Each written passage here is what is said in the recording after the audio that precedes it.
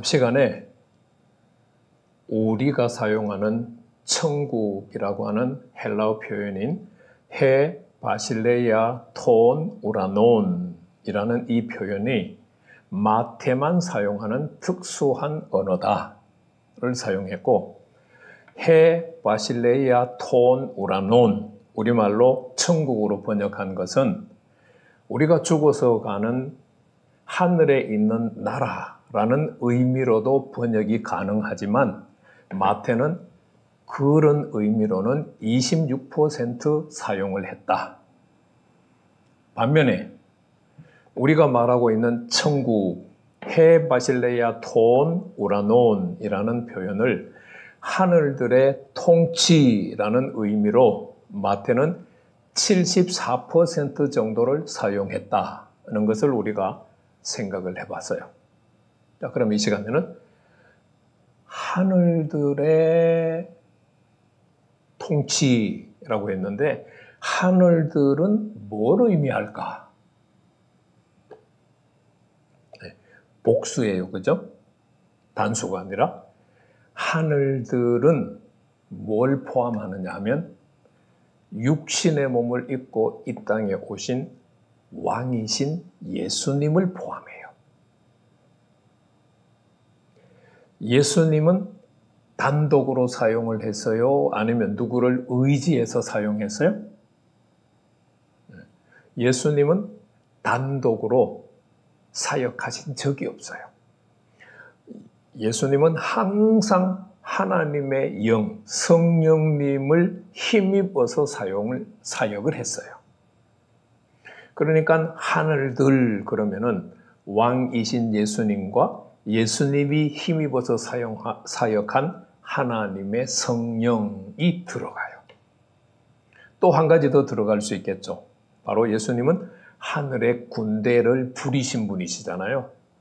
그래서 왕이신 예수님, 하나님의 성령, 그리고 하늘의 군대가 하늘들이라고 표현할 수 있어요. 하늘들의 통치가 가까웠다? 네. 우리 한국말로 번역한 가까이 가까웠다, 가까웠느니라 라고 하는 가까이 왔느니라 라고 하는 헬라어 단어는 원형이 엔기조라는 단어예요. 헬라어에서 원형은 3인칭 단수가 원형이에요. 그런데 이 하늘의 나라가 가까이 왔다라고 하는 표현을 맨 먼저 쓴 사람이 누굴까요? 네. 마태복음 3장 2절에서 세례 요한이 썼어요. 그 다음에 사용한 사람이 누굴까요?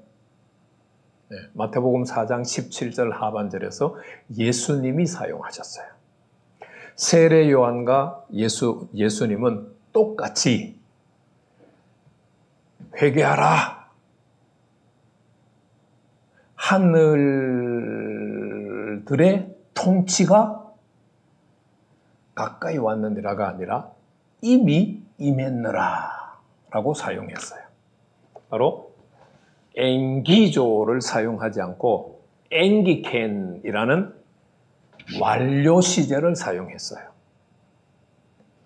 그런데 그럼 우리나라 성경은 왜 가까이 왔느니라 라고 번역했을까요? 네. 헤 바실레ia 톤 우라논을 장소적인 의미로 하늘에 있는 나라, 하늘의 나라라고 번역을 했기 때문에 어쩔 수 없이 가까이 왔다라고 번역을 한 거예요. 하늘의 나라가 이미 왔다라고 번역을 해버리면 어떤 문제가 발생해요? 네. 개신교에서 세워놓은 신학의 교리가 다 무너져요. 하늘의 나라는 우리가 죽어서 가는 나라잖아요. 그런데 하늘의 나라가 이 땅에서 지금 이미 임했다라고 번역하면 큰일 나잖아요. 그래서 하늘의 나라라고 하는 천국이라고 번역을 하고 보니 이미 임했다라고 번역하면 안 돼요. 그래서 가까이 왔느니라 라고 번역했는데 이거는 어떤 문제를 가지고 있어요? 예, 교리가 헬라어 성경보다 우위에 가 있어요. 자, 그런데 여러분 생각해 보세요. 하늘들의 통치가 장소적인 의미로 번역하지 않고 하늘들의 통치가 이미 임했다라고 번역을 하면 문제가 있을까요? 없을까요? 네, 전혀 없어요. 헬라 성경의 의미를 그대로 반영한 거예요. 예수님이 인간의 몸을 입고 이 땅에 오시는 순간부터 뭐가 시작이 됐어요? 하늘들의 통치가 이미 시작이 됐어요. 그래서 세례 요한이 회개하라! 이미 하늘들의 통치가 임했다라고 선포한 거예요. 예수님도 회개하라! 이미 하늘들의 통치가 임했다! 이미 임했다라고 선포를 했어요. 예수님이 이렇게 선포하시고 난 다음에 이제 사역을 시작하셨어요. 예수님이 사역한 것을 1차로 요약해서 정리하는 말씀이 마태복음 4장 23절에서 25절 말씀에 기록이 되어 있어요.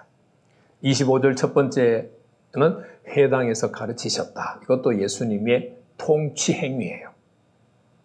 두 번째는 천국 복음을 전파하셨다라고 우리 한글말로 번역하고 있는데 이거는 우리가 죽어서 가는 하늘에 있는 나라의 복음을 선포한 것이 아니라 통치의 복음을 선포하셨다. 예수님이 말씀하고 있는 이 말씀 자체가 복음이에요.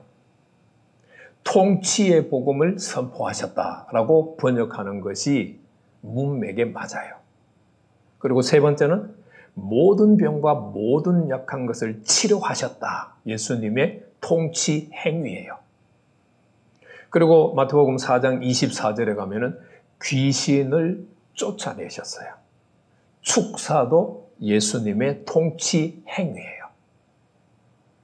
그리고 마태복음 8장으로 넘어가게 되면 또 어떤 사건이 나오느냐. 제자들이 바다에서 풍랑을 만났어요.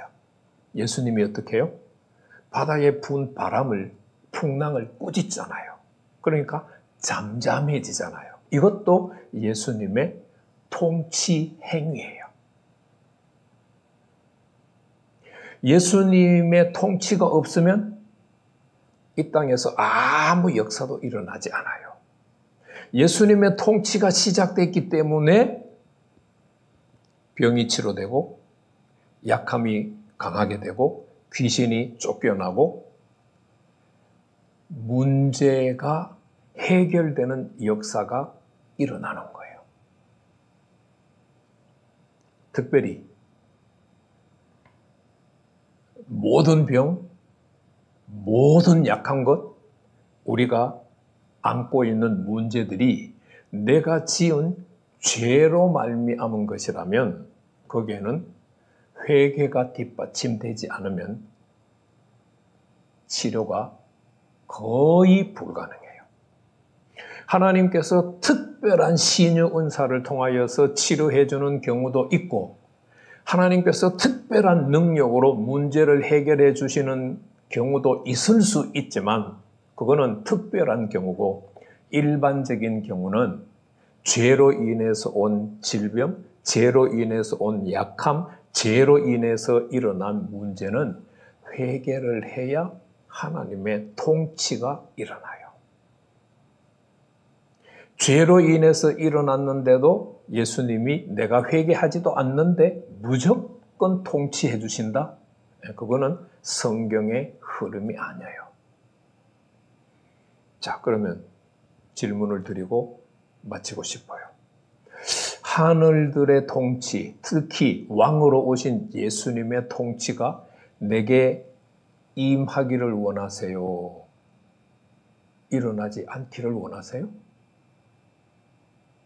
그러면 회개를 해야 될까요? 말아야 될까요? 우리는 지금 또 죄를 짓고 있잖아요. 죄를 짓고 있다고 하는 말은 하나님의 통치를 가로막고 있다는 의미거든요. 하나님의 통치가 내게 임하기를 원한다면 회개를 해야 될까? 회개하지 않아도 될까? 이것도 여러분들의 선택입니다.